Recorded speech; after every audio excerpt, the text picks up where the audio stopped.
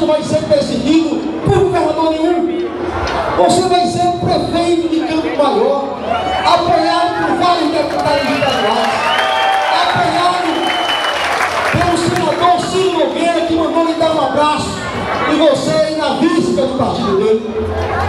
Deseja boa sorte nessa campanha. Faça uma campanha, Joãozinho, tranquilo. Não tema. O deputado Silas é de Campo Maior. Acabou de sair daqui. Era o primeiro lugar em todas as pesquisas do deputado federal. Aí apareceu alguém e encomendou a um promotor que dissesse que o Silas não me envolveu no homicídio. Amigo. O promotor mandou um ofício para o secretário Roberto Rios para investigar o homicídio do Silas. Eu dividi ao procurador no ofício dele, dizendo que eu não investigo mentira e nem deboche. Silas era um homem de bem que nunca praticou crime nenhum, mas ficou se explicando na campanha. E é isso que eles querem de você, Joãozinho.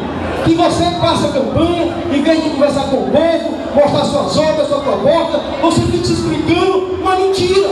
Mentira ninguém explica. Se o Joãozinho Fred tivesse praticado qualquer crime, eu não estaria aqui. Eu estou aqui na convicção absoluta de quem era a época secretário de segurança, que ele é inocente, que ele é vítima de um insulto plantado pelo prefeito de Campo Maior.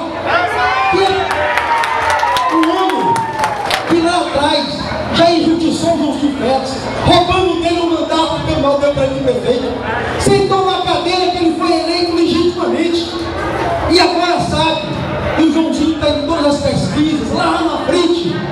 Aí vai ver, agora eu não tenho mais a justiça, vamos para a mentira, vamos para a calúnia. Mas Campo Maior não vai permitir, Joãozinho. Como eu disse, os carnavais de Campo Maior sabem de sua ilusão. Os carnavais de Campo Maior sabem da patifaria desse grupo político.